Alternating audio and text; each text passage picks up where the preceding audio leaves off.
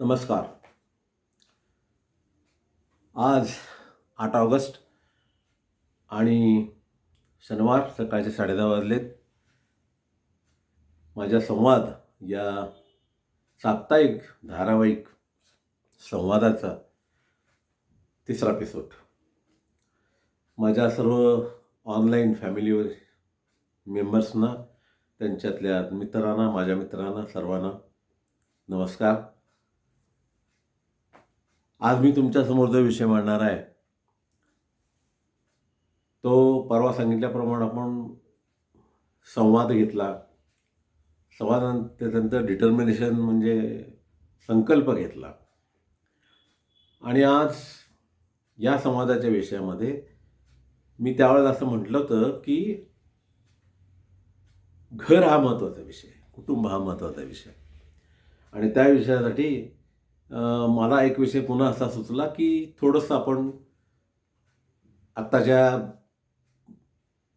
Fast जगामध्ये लोकांना वेळ मिळत नाही आणि त्यामुळं थोडासा नवीन पिढीकडे जाऊया, जुन्यांच्याकडं काय चुकत असेल तर ते बघूया. म्हणून आत्ता मी विषय निवडलेला आहे नैतिक ऋण. आता तुम्ही म्हणाल नैतिक ऋण म्हणजे काय? आम्ही तर कुणाची कर्ज काढलेली नाहीत. कर्ज काढला तर बँका हप्ता काय मागायला दरवाजे देतात, गाड्या ओढून नेतात.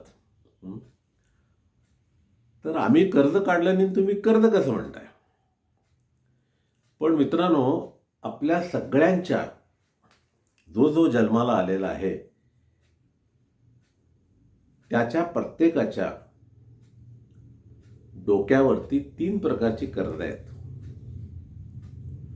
आणि ती नैतिक कर्ज आहेत आणि ती तुम्हाला फेडायलाच पाहिजे. आणि ती जर तुम्ही फेडली नाही तर तुम्हाला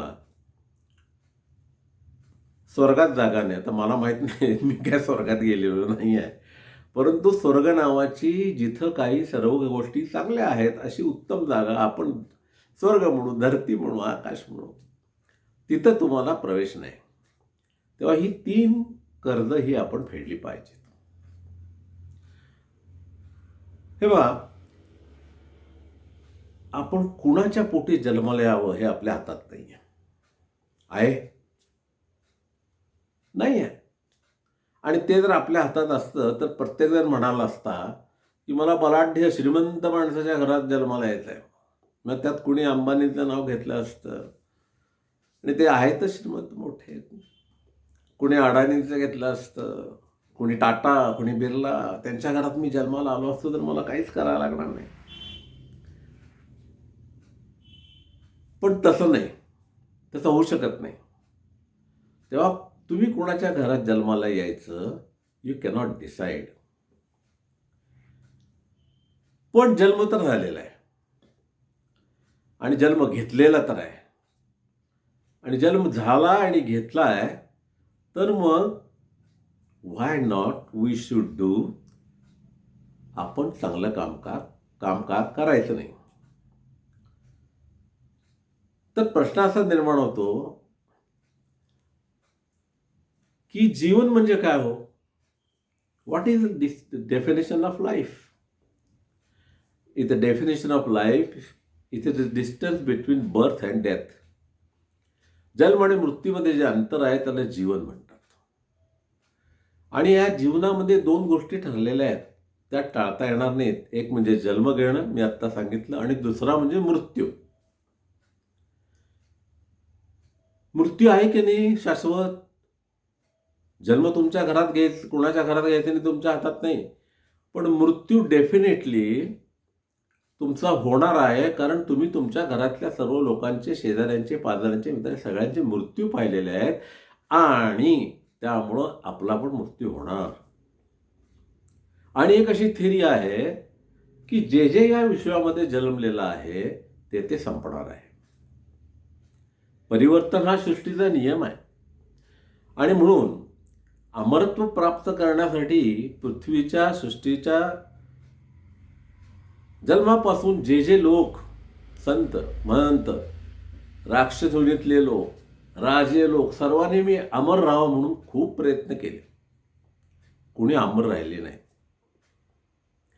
देवाचे सर्व अवतार देखील ठराविक काळी त्यांचं कार्य झाल्यानंतर त्यांनी आपणहून संपवलेले आहे. पण माणसाला ते कळत नाही.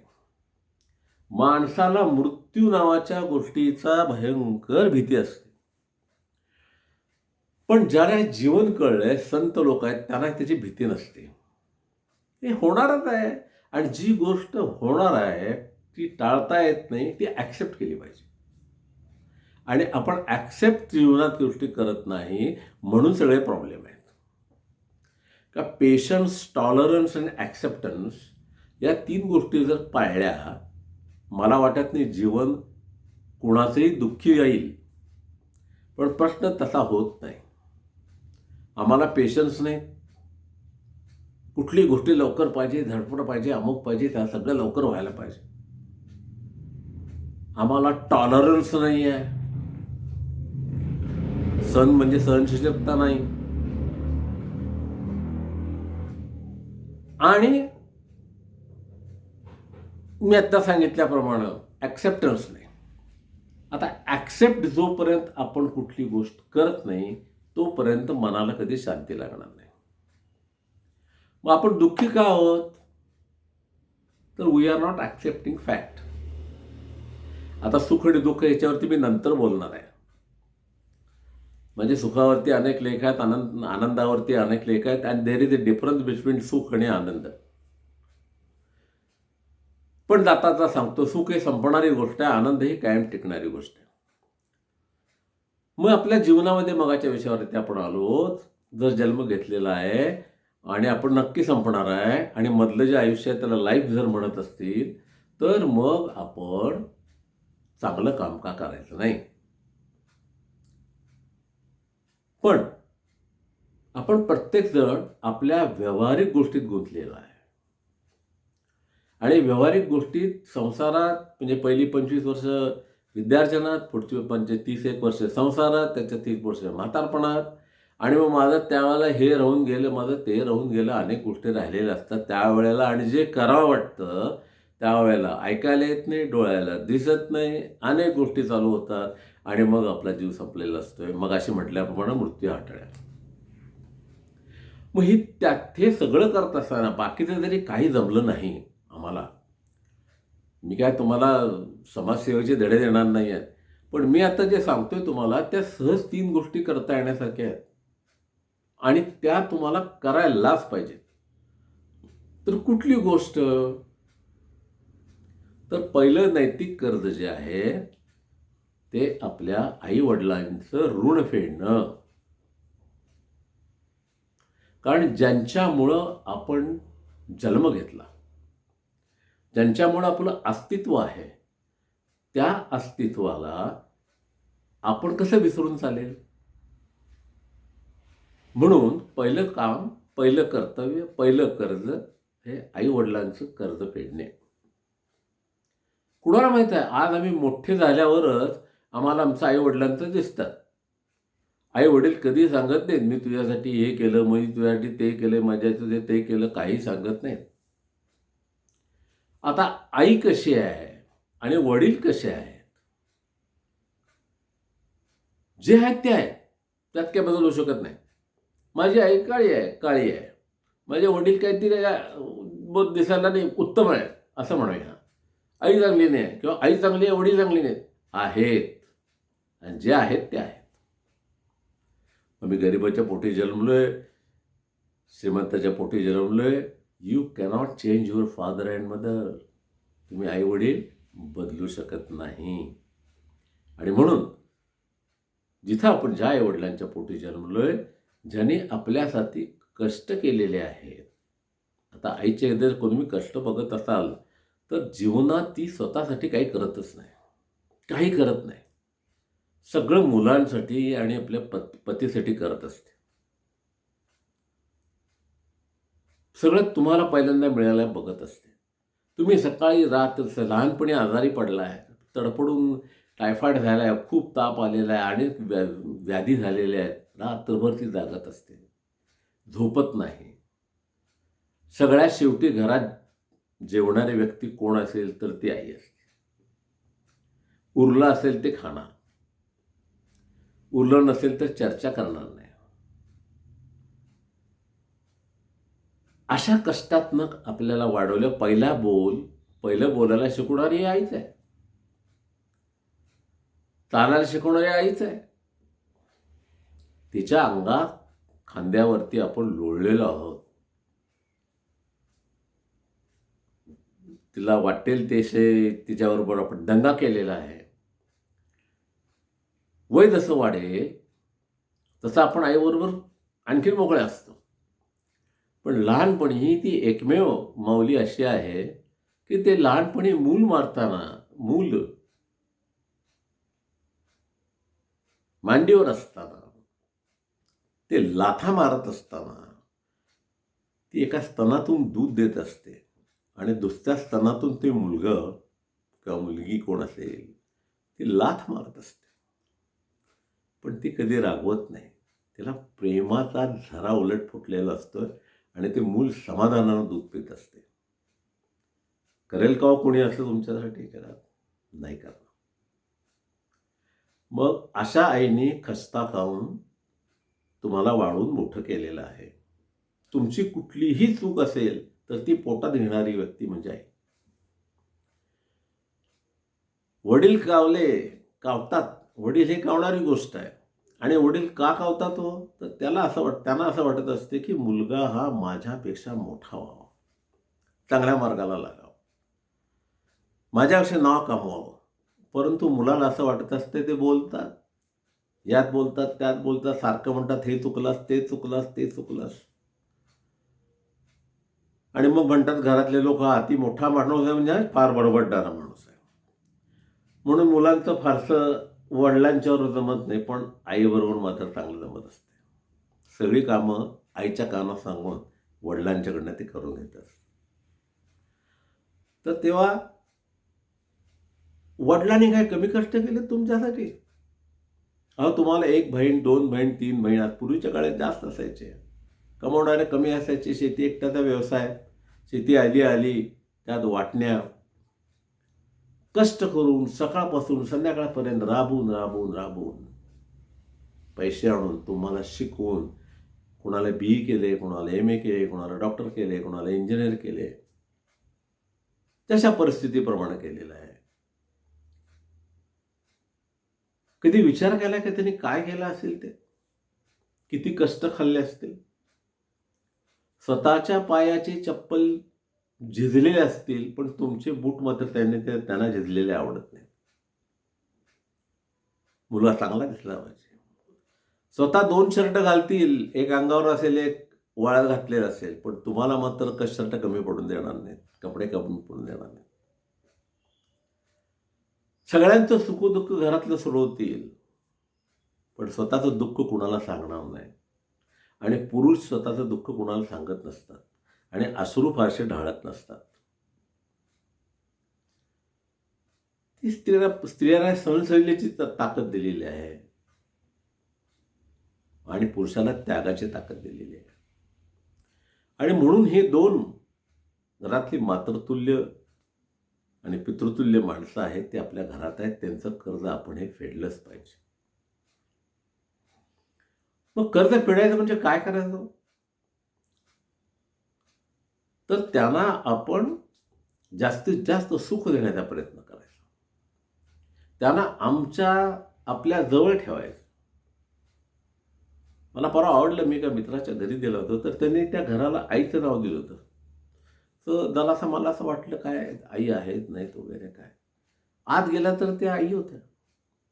मी नमस्कार केला. म्हटलं, आईंचं नाव तुमच्या घराला दिलंस? म्हणले, आई माझ्याकडे राहत नाही. म्हणले, मी आईच्या घरात राहतो, म्हणून म्हणले मी आईचं नाव दिलेलं आहे. केवढा मोठेपणा. तुम्ही मोठे झाल्यानंतर काही व्हा, कलेक्टर व्हा, इंजिनियर व्हा, डॉक्टर व्हा, काय व्हा, आईला विसरू नका. लग्न झाल्यानंतर जेव्हा एखादी स्त्री घरात नवीन म्हणून येत असते, ती दुसऱ्या घरात येत असते. तिच्यावर दुसरे संस्कार झालेले असतात. तिला ॲडॉप्ट व्हायला वेळ लागत असतो.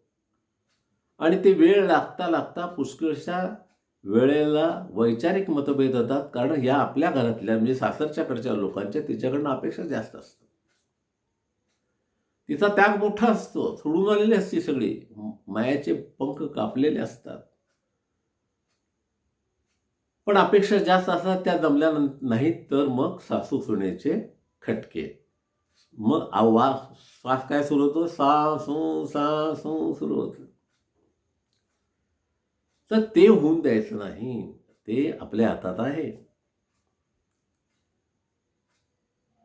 कुठलीही गोष्ट ॲप्रिशिएशननं सोडवली, तडजोडीनं सोडवली ती होऊ शकते. तर आपल्या आई-वडिलांच्या बाबतीमध्ये आपण प्रिकॉशनरी राहिलं पाहिजे, की ते आपण वाढणार तसे ते म्हातारे होत जाणार आहेत. रिटायर्ड होत जाणार आहेत. त्यांची शक्ती कमी होत जाणार आहे. त्यांच्या गरजा निराळ्या आहेत. त्यांनी खाल्लंय का? त्यांनी औषध घेतले का? त्यांना आपण वर्षातनं बाहेर नेऊन आणलंय का? तीर्थस्थळी नेऊन आणलंय का? त्यांच्या काय इच्छा आहेत विचारल्या का?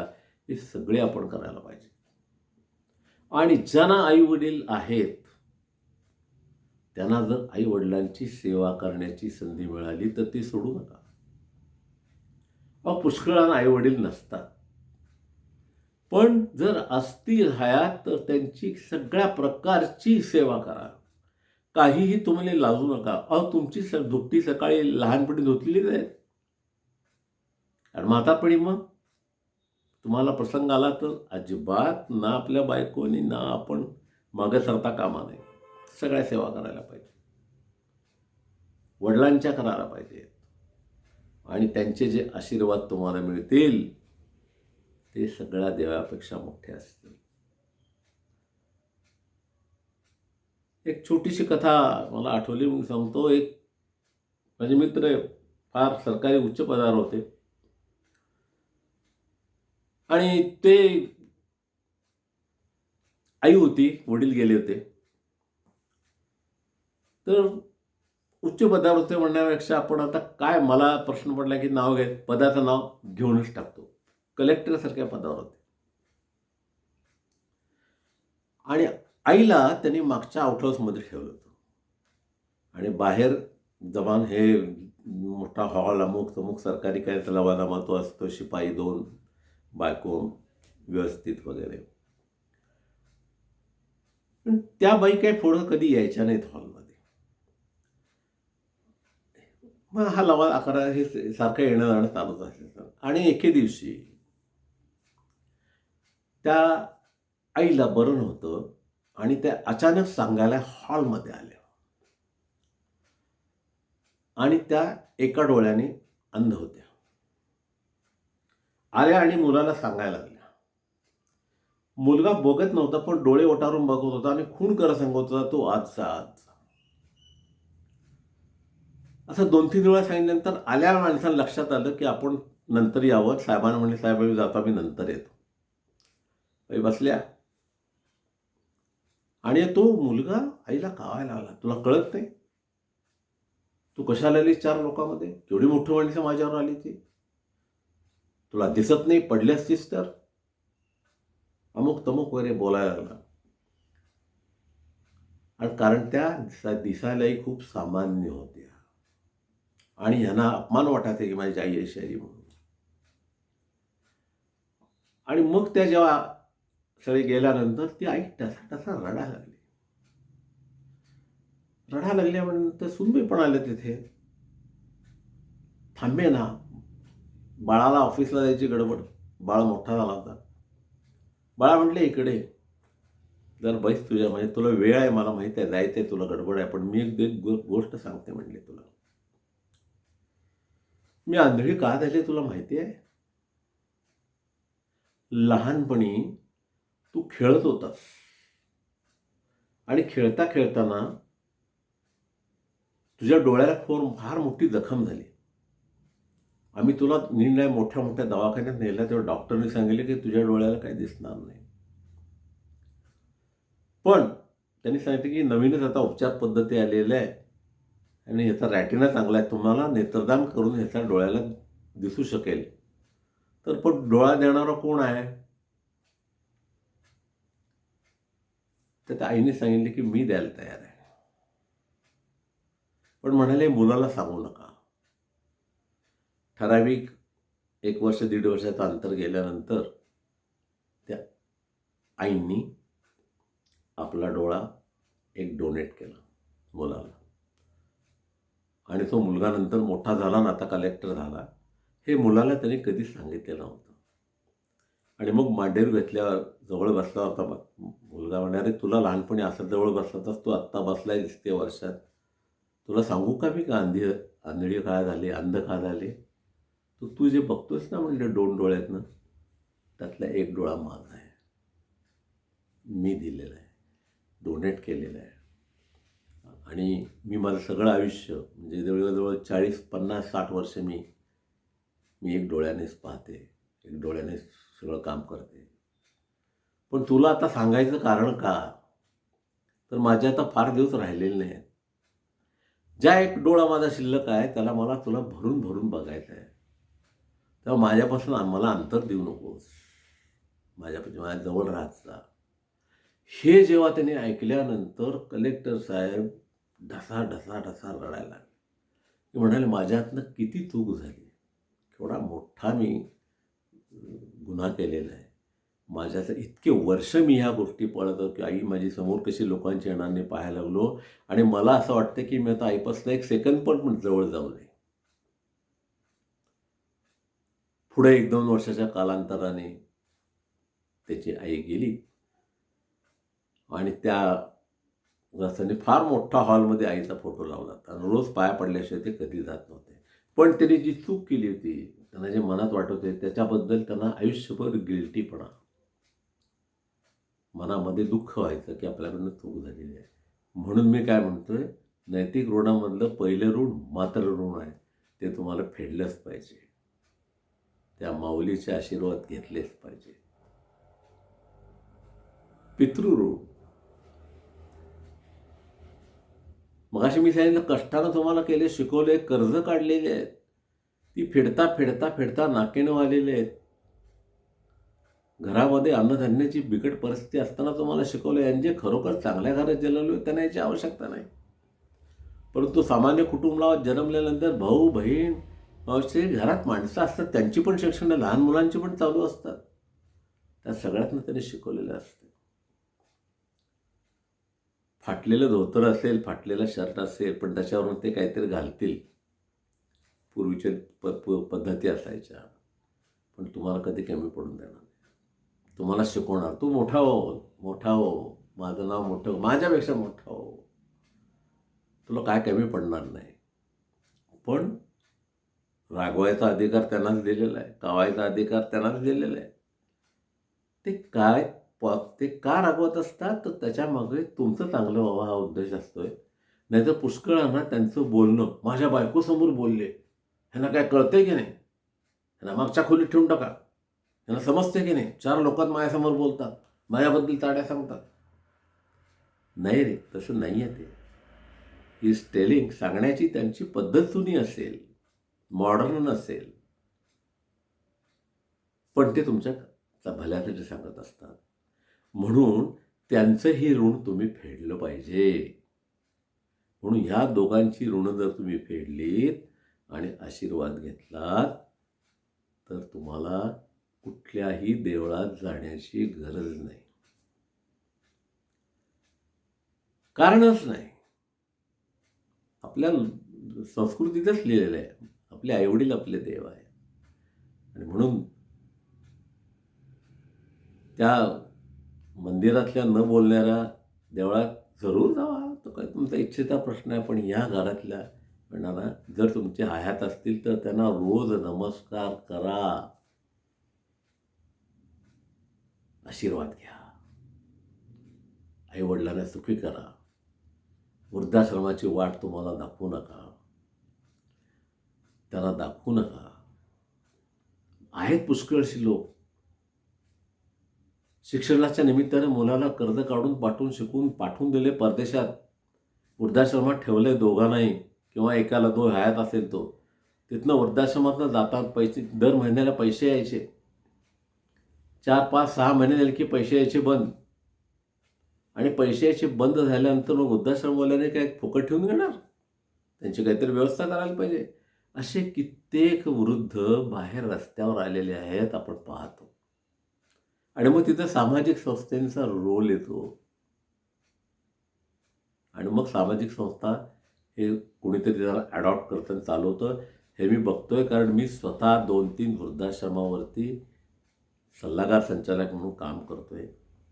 त्यातल्या गोष्टी इतक्या आहेत की मला वेळेअभावी त्या आज सांगता येत नाहीत. मी ज्या 2 मिनिटात जास्त बोललो तुमच्याशी. तेव्हा नैतिक ऋणमधले मातृपितृ ऋण, गुरु ऋण आणि सामाजिक ऋण असे विषय होते माझे. तर त्यातला आज मी फक्त मातृपितृ ऋण घेतलेलं आहे. आणि त्यासाठी मला चांगल्या सिनेमातलं, हो येस, सिनेमाचं नाव आठवलं, गुंजुटी शहनाई.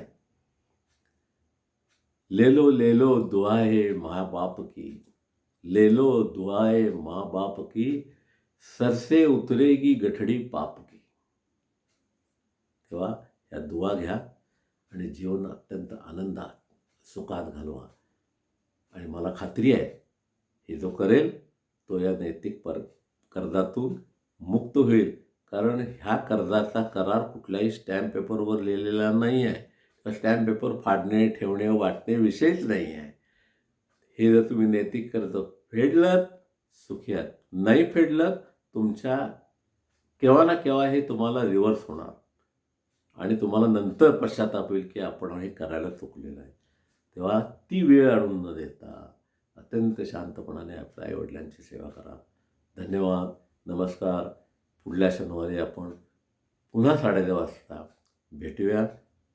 तोपर्यंत नमस्कार. हो, मला परवा एकाने प्रश्न विचारला, तुम्ही शनिवार का निवडलो? न करता वार शनिवार. मी म्हटलं, शनिवारी लॉटरी लागली तर तुम्ही पैसे घेणार की नाही? 1 कोटीची लागली तर घेणार. मग शनिवार वाईट कसा?